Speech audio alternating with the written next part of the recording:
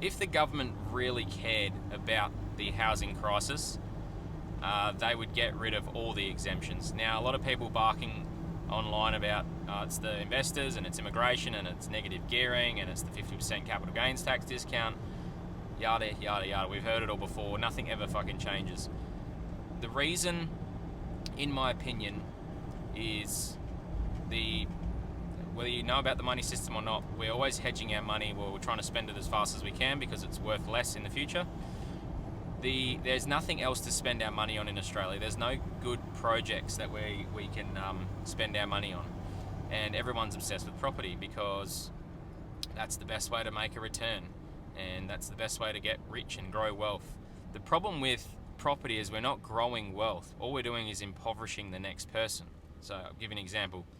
My house has doubled recently in the last 5 years. So let's just say it was 500, it's gone up to $1 million. The $1 million house now, I can sell it and get $500,000 cash, regardless of the tax laws or not, right? So $500,000 cash. The only reason why I can get that cash is because I'm impoverishing the next owner for the next 30 years, and that's not creating wealth. And I'll tell you why it's not creating wealth is because we have to still buy a house with that money. So now I have $500,000 cash. It doesn't solve my mortgage problem because now I got to buy $1 million house. So I put $500,000 down, and I still need another $500,000 loan to buy another house. So I'm back to square one. We're not creating any wealth. All we're doing is keep impoverishing the next generation. And once you see this, you can't unsee it. So that's why I've been bullish on Bitcoin, because I've started to not want to participate in that anymore, because it's going to hinder my kids and their kids and their kids. So I think I don't think they'll ever do it, but if you want to talk shit about getting rid of negative gearing and capital gains tax discount, you also have to talk shit about getting rid of the permanent place of residence capital gains tax exemption.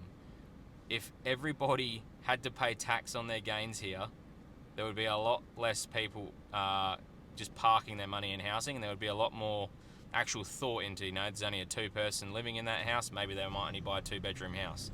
So we need to stop treating real estate as an investment, and we also need, at the same time, we also need something else to invest in. Maybe use some of the super money, that $3 or $4 trillion pot. Maybe we could spend that money in Australia, start creating projects, maybe start building something through the middle of Australia, and get the people fired up to invest in the country's future and stop impoverishing the next generation below you by buying a house.